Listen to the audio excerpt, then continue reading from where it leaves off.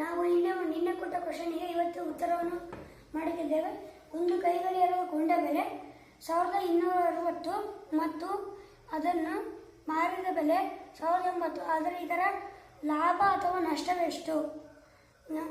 ನಷ್ಟ ಸೂತ್ರ ಕೊಂಡ ಬೆಲೆ ಮೈನಸ್ ಮಾರಿದ ಬೆಲೆ ಇಸಿಕೊಂಡು ಕೊಂಡ ಬೆಲೆ ಇಸಿಕೊಂಡು 1260 ಮೈನಸ್ ಮಾರಿದ ಬೆಲೆ ಇಸಿಕೊಂಡು 1080 ಇಸಿಕೊಂಡು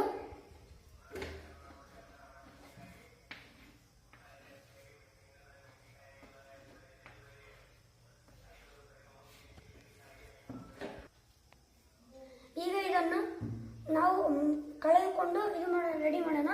0 0 ಹೋದರೆ 0, ಇಲ್ಲಿ 6ರಲ್ಲಿ 8 ಹೋದರೆ ಅದಕ್ಕೆ 10 ದಶಕ ತಾಂಡು 16ರಲ್ಲಿ 8 ಹೋದರೆ ಇನ್ನು 8, ಇಲ್ಲಿ 2ರಲ್ಲಿ 1 ಹೋದರೆ ಇನ್ನು 1 ಇರುತ್ತೆ, 1ಕ್ಕೆ 0 1 ಇಲ್ಲಿ 9 ಇಸಿಕೊಲ್ಟು ನಷ್ಟ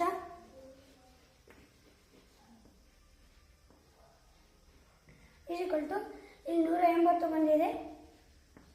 ಆನ್ಸರ್ 180.